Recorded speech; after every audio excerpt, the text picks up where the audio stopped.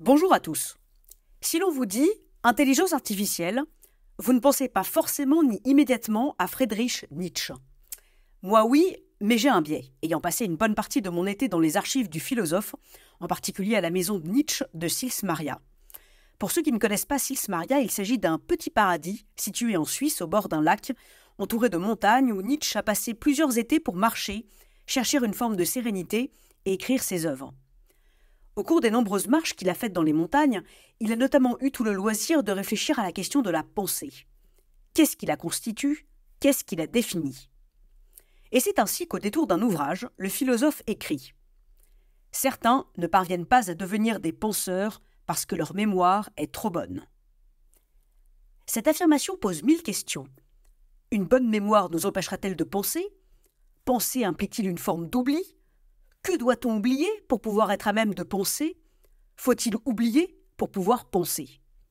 De quoi empêcher le pauvre René Descartes qui déclarait 2 siècles plus tôt « Je pense donc je suis », c'est-à-dire que le fait de penser prouve que j'existe, autrement dit penser, c'est d'abord me souvenir que j'existe.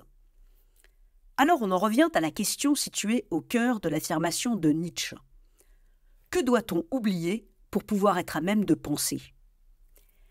Si l'on se souvenait de tout parfaitement, à travers une mémoire photographique de tout ce que l'on voit, goûte, touche, sent et entend, ne serait-on pas envahi de souvenirs au point de ne pas pouvoir les penser?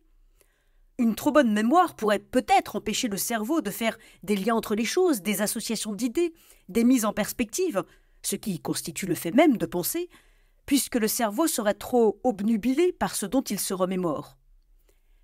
Une autre hypothèse voudrait que l'oubli, créant des vides, des manques, des appels d'air, la pensée se mette alors en branle, ce qui ne serait pas le cas s'il n'y avait aucun oubli.